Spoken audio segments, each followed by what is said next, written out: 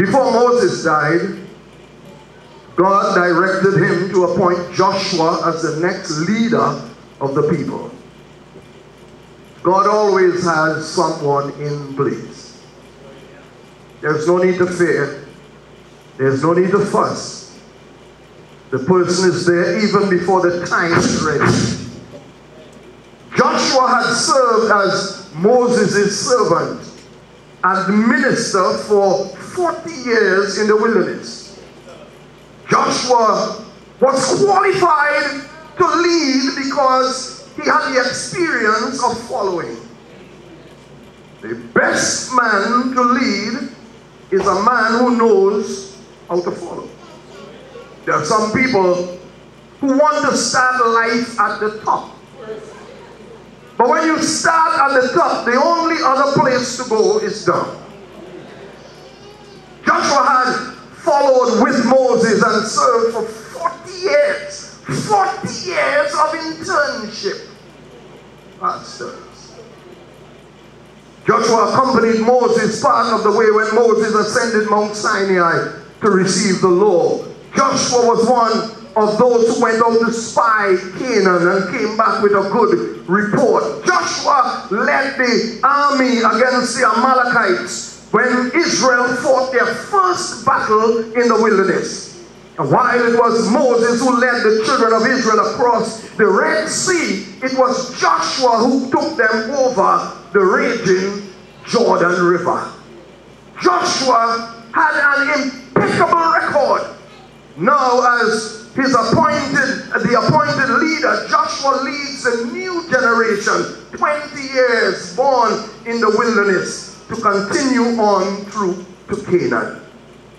This new generation would face their own challenges and learn to trust God for themselves. Every generation must have their own experience with God. Daddy's God is not your God. Mommy's God is not your God. You have to find God for yourself. The first challenge that they faced was the impregnable city of Jericho. Never before had any army broken through the walls of Jericho. Jericho was not in a place where it could be taken. The Bible says in 5:13, when Joshua was by Jericho, he lifted up his eyes and looked, KJV. But the Living Bible says, as Joshua was sizing up the city of Jericho. Are you with me? As Joshua was sizing up, Joshua was not simply looking out at Jericho. Joshua was considering in his mind the challenge of taking this city. Then and there the Lord appeared. Joshua was not just looking at Jericho. Joshua was wondering, how in heaven's name are we going to get to this city? Joshua had seen many victories during the 40 years. Joshua saw the hand of the Lord in 10 plagues. Joshua saw the power of God in parting the Red Sea. Joshua saw Jordan roll back and stood up for 50 miles like a wall. But when Joshua faced Jericho, Joshua's jaws dropped. Joshua stood in awe and looked at what was before him. In retrospect, I wonder if Joshua was saying it was easier for Israel to come out of Egypt than to go in to Jericho. Jericho was protected by two massive walls, a lower level of about 19 feet, 5 feet wide. And on top of that wall was another wall 28 feet.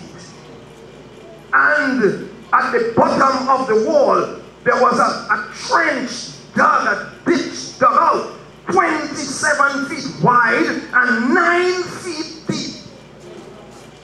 Hello? Before you could get to the wall, you had to get through the ditch. And when you were down in the ditch, the soldiers in Jericho would shoot you with arrows. So in no way Joshua could see them getting through. None of his previous accomplishments could build confidence for this new challenge. Joshua knew that all his experience had no say in the matter. There are some things that you come upon where you realize everything you know about your past can't help with this one. As he stood considering the monumental task ahead of him, he saw a man coming forward with a drawn sword. And Joshua quickly asked the man, "Whose side are you fighting on?" I could imagine Joshua seeing this man with a sword was poised for battle. A man with a sword, whose side are you on? Are you for us or for our enemy? And if you are for our enemy, I don't do here now. Whose side are you on? And the man said, "Neither." Hello? Are you for us or for Jericho? The man said, "Neither. I am for me." The soldier said, "I am on my side. Not on your side. I'm not on their side. I am here as the commander-in-chief of the armies of the Lord. I'm not here to answer your questions. I am here to issue instructions. I'm not here for you, and I'm not here for them. I lead my own army." And he lets Joshua know that even though Joshua was the physical leader of Israel, the Lord is still the ultimate leader. He didn't show up to help Joshua. Stay here now. Stay here. The man with the sword did not come to help Joshua fulfill Joshua's plans. The man did not show up to help Joshua with Joshua's programs. The man didn't show up to help Joshua and Israel fulfill Israel's desire. God does not come to fulfill our programs. God comes to fulfill God's programs. God never votes for us. God does not vote for us. God votes for God. I am not on your side, and I'm not on their side. I have one side, my side. There's a message in there for somebody. And when Joshua heard it, he immediately bowed his knees and said, "What would you have me to do? I realize you're commander, and I am soldier. Give me your instructions." And the man said, "What to do? First things first. Loose your shoes." Yes, sir. Come on now. Hello. The first thing that the man said to Joshua was, "Get in line. Know your place. Show respect for me, because you are standing in the presence of divinity." Yes, sir. Yes. Drop your foot and bow. I don't understand this. Because imagine, the Lord appeared to Joshua, but Joshua did not even recognize his own commander.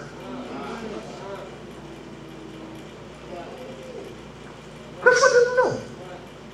Joshua walks up to the man and says, "Who are you? Whose side you on?" He's talking to his boss. Hello?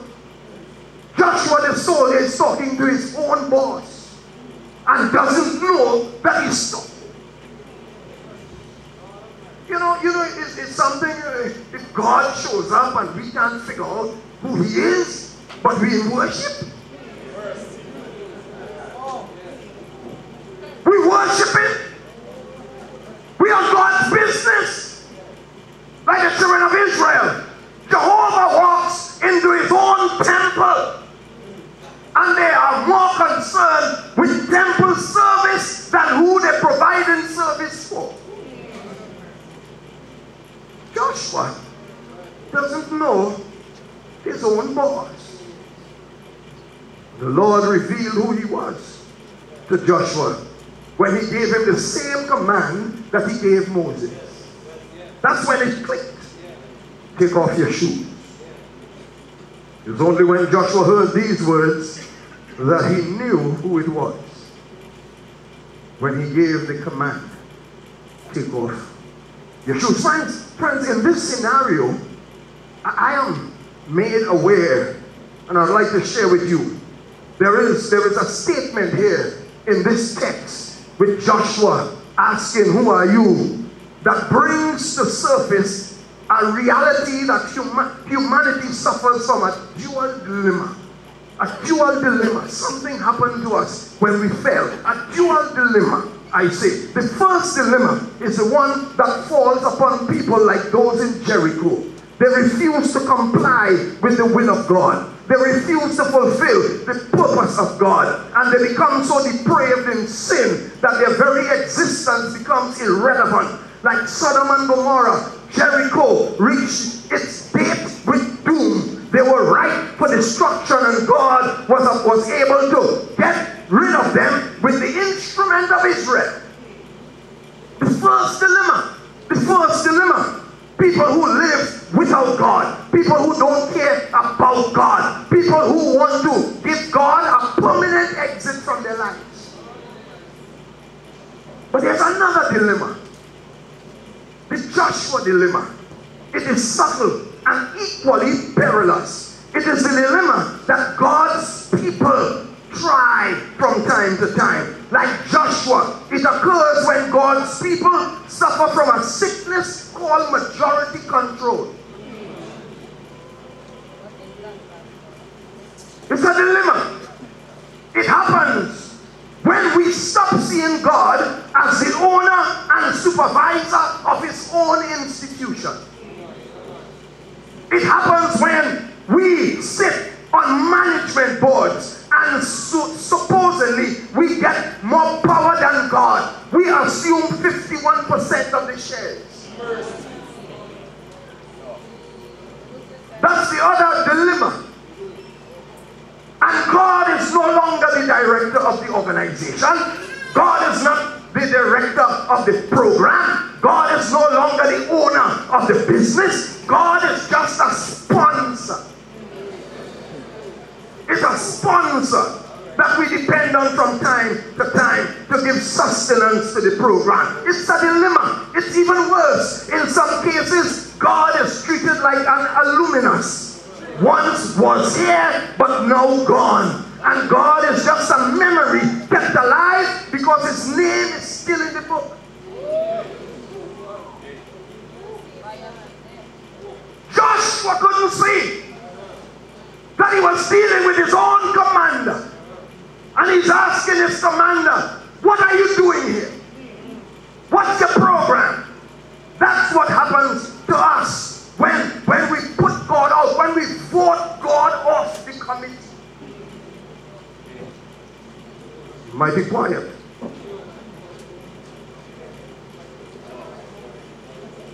But somebody needs to know. Heaven, let me tell you something, people. Let me tell you something. God is never outvoted. Hello? God is never outvoted. You know why? Because they got 3 deciding votes. 3 deciding votes, Pastor, and they stay reserved in heaven. Are you listening to me? So it doesn't matter how large our numbers are, these 3 always vote as one.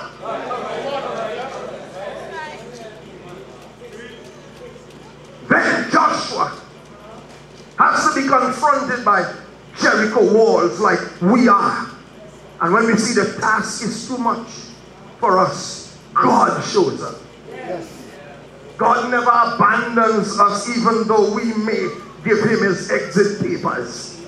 God shows up to give assurance that the job will be done, not our way, but God's way. And we begin to question him like Joshua questioned him. And we ask God, whose side? Are you for us or for them? Joshua was appointed by God. But now he's asking the God who appointed him, whose side you on? How could Joshua ask such an ironical question? How could Joshua not recognize his own commander? He knew the people of God. He understood the plan of God. He believed in the promises of God, but he could not reason out the person of God. Are we together? Why? Why? Because Joshua was so wrapped up with trying to solve the problem that Joshua couldn't see his own commander. God showed up. Yahweh showed up. Told Joshua, what you worrying about? This is a done deal. I have already done it. Commander appeared with a drawn sword, and Joshua didn't have his sword. God saying to us, I am more prepared for the battle than you will ever be. See. Hello? See. Joshua, see. I have given into thy hand Jericho. I like how God speaks. God didn't interrogate Joshua like he interrogated Ezekiel when he questioned him on the potentiality of the dry bones. God didn't interview him like he interviewed Isaiah when he was looking for a preacher to preach in the crusade in Israel. He just told him, see. God just spoke on the basis of what was conscious in Joshua's mind. Joshua, you're wondering what military strategy you need to use to take Jericho. When you're wondering too much, see. It's already done. It's a done deal. See it. See. The Lord was very specific in what he said. Stay with me. He didn't use the future tense. I will give Jericho. He didn't use the past tense or the present tense. I am giving you Jericho. He didn't use the simple imperfect tense. I gave you Jericho. He used the perfect present tense. Perfect present tense. The grammar specialist will tell you perfect present tense describes an action that happened in an infinite time of past but still has effect in the present tense. Are you listening? Joshua, see. It's an action that happened in the past and it still has effect in the present. He didn't say I gave, he said I have given. Joshua, see. From an infinite time, before you saw Jericho, before you left Egypt, before you were a slave in Egypt, before you were born, even before there was a Jericho, I gave you Jericho. I gave you Jericho before they built Jericho. When I start in eternity, I purpose that Jericho will be given in your hand. See, Jericho's walls already crumbled. See, the king taken in. See, the soldiers already defeated. See it and then seize it.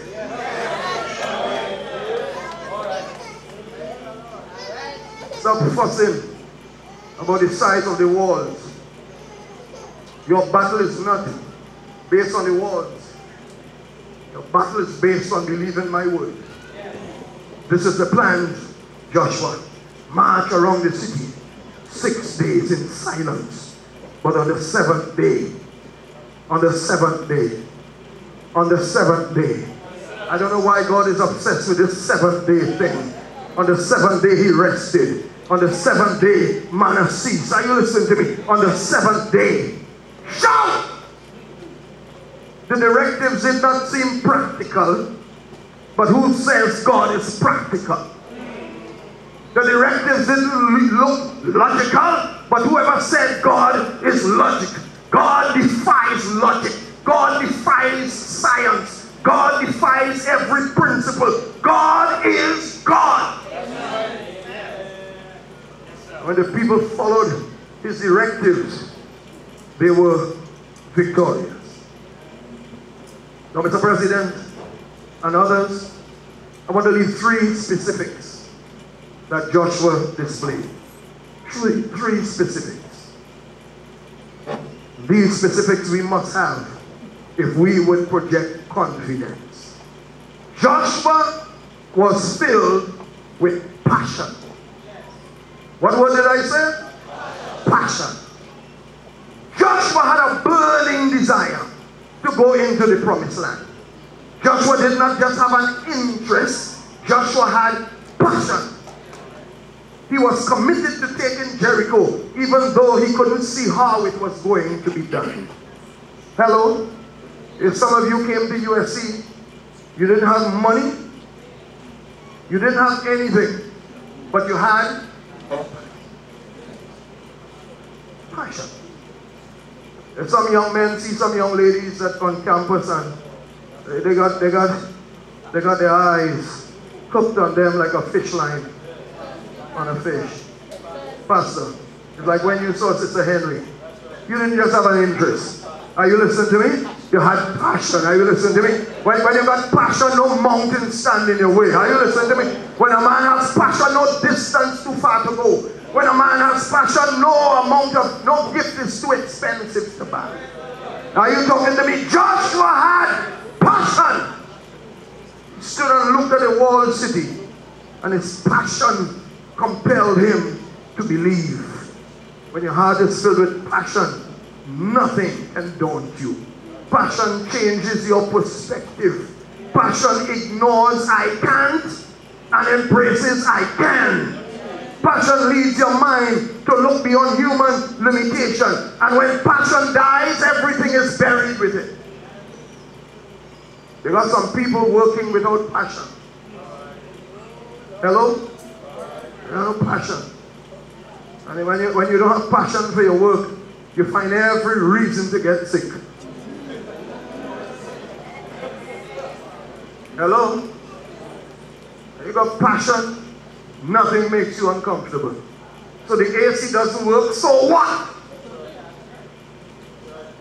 Wi-Fi is down, so what? Are you listening to me? You don't depend on Wi-Fi to get your schoolwork in. Because I learned since I was here, and Pastor Beckers would tell you, as you come to examination, the computers always break down. It's in the system.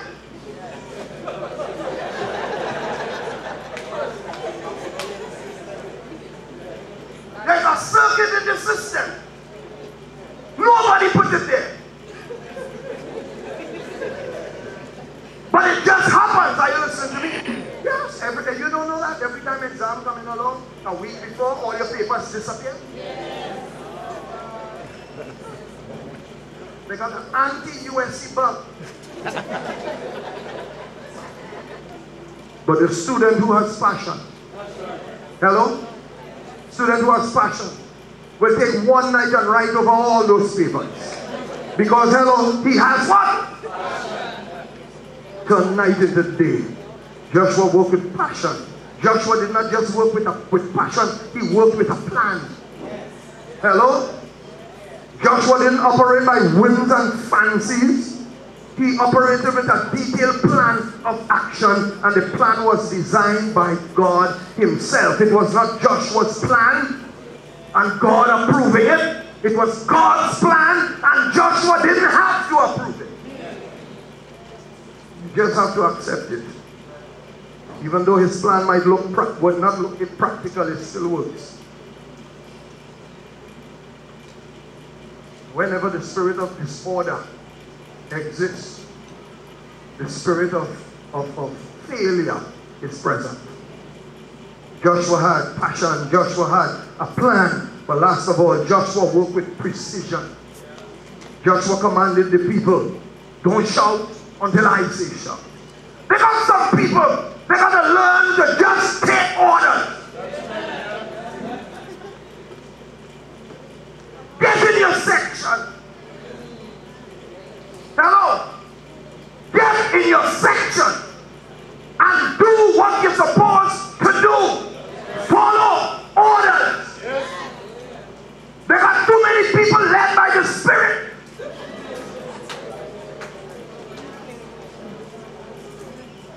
They're only waiting for God to say move.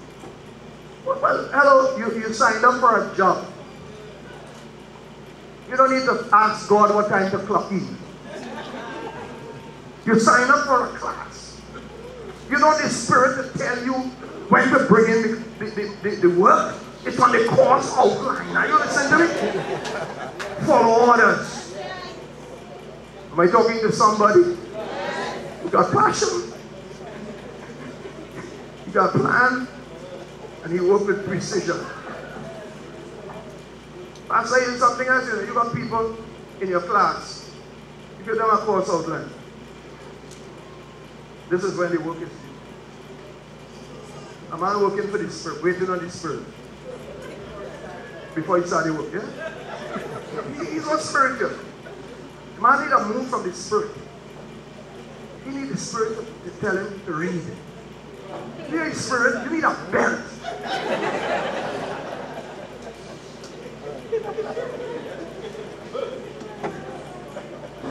God says do it, and do it God's way. If success, our success is not dependent on method of operation, it's dependent on obedience. Obedience to God. Joshua followed God's plan. God works God's plan. Are we together?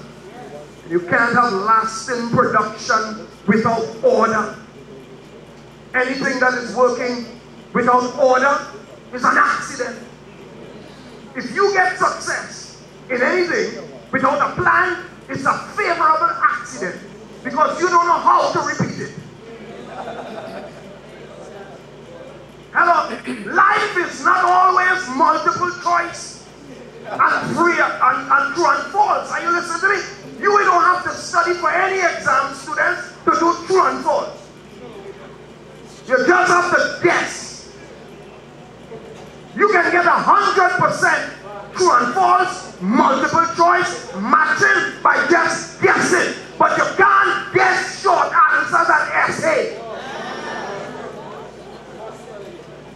You got to be on the ball. So follow God's plan. It may not look like it makes sense, but it will work. Before it is done, I like what Joshua was told. Before you do it, you got to see it. See it. See, I have already done it for you. And if you can see it, then you could project confidence. Project confidence that this university is not run by human planning or kept together by human workings. Hello? We got to be confident in that. It doesn't matter who is in charge. It will work because God is working it. We have seen enough to know that God has his hand on this.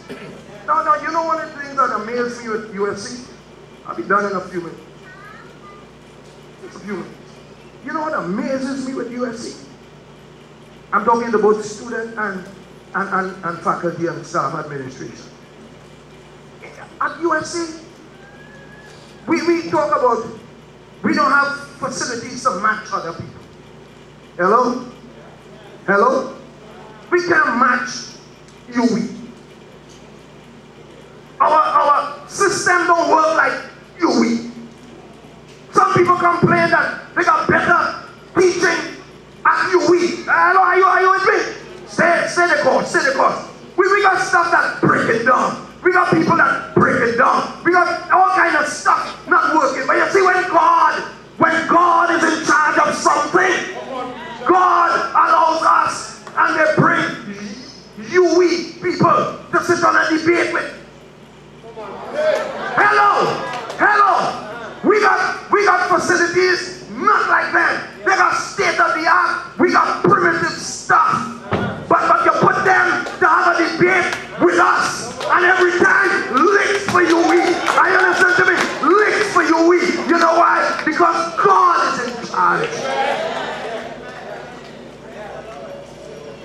God defends his own cause. That's right. See it. And if you can see it, move to the next level and shout. Do like Israel. Shout. And when you shout, the walls gonna come tumbling down. But before you shout, you got to see. They shouted after 6 days. And I think it's time we shout after 6 years. We've been silent for 6 years. Amen? It's time to shout. If you see it, shout. See. Ladies' dorm completed. See. Campus has facelift. Sun is shining bright. See. The auditorium is moving with full speed ahead for graduation. And if you could see it, shout. See. The finances are stabilizing and our debts are cutting low. See, the classrooms are soon to get new projectors. See, this year, I see this year, workers getting bonus for Christmas.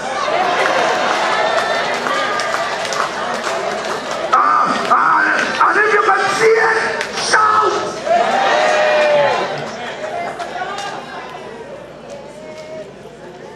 I see it. See, the Lord is telling Israel, the workers in USC, Bethel, see, I have given prakash into your hand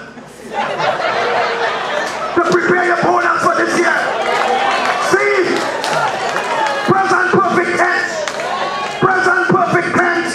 It has already been settled in eternity, and in 2018, see, the treasure is into your hand. Pray your bonus into existence. It's a done deal.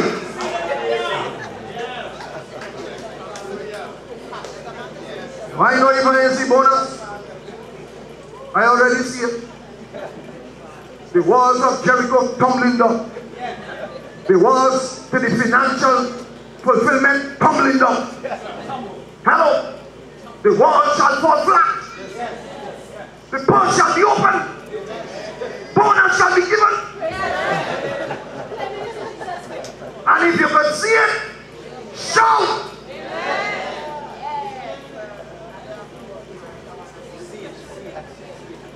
Don't say, can you see? God established USC for his glory, for his purpose. So in spite of the challenges, we need to see victory. In spite of the challenges, we need to see blessing. Stop looking at the walls and look at the word. Hello? Stop looking at the walls and look at the word. He said, see, I've already done it for you. There is enough difficulties to discourage you. But God has enough grace to keep you. And it depends on where you look. Where you look. I was counseling a young lady who was courting a guy once, and she told me, Pastor, I'm fed up, I can't marry this guy. He's not as exciting as I want. I like to go out and I like to do this. I like to do this, and I am a Andrew's liver salt kind of person. And he like oil. He like Andrew's liver salt. Carbon, bubbling. Yeah, he like Morby. He like Morby. Yeah, the woman like a soda water. Bubbles, and man like Morby. To get fraud from Morby, you got Swiss lips. From the time you pop a soda, bubbles coming out. But Morby, you got split in a blender and blend it to see fraud. And as you leave it a while, it's gone down. She said, I'm not seeing what I like. I say, lady, and I'll say this to you. Life, people, you see what you look for. Make that the principle of life. You see what you look for. This is time to not focus on complications, criticizing, condemning, complaining. I have to often remind myself, I work at USC, I don't live here. Somebody will get it. You can't frustrate me. I don't care how miserable your day is. You're not injecting your misery in me. I don't live here, I just work here. I sleep somewhere else. And I'm not taking you home in my mind. Anytime you want to occupy space in my head, you got to pay rent.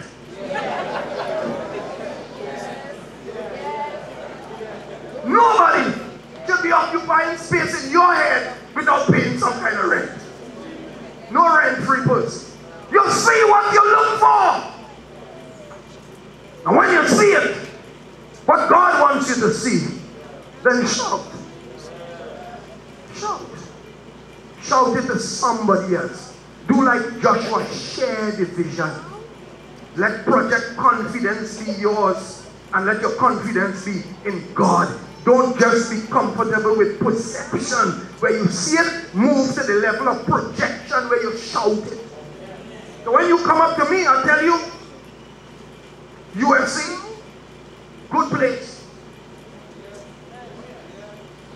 Whenever I travel, I went different places in South Caribbean, went Guyana.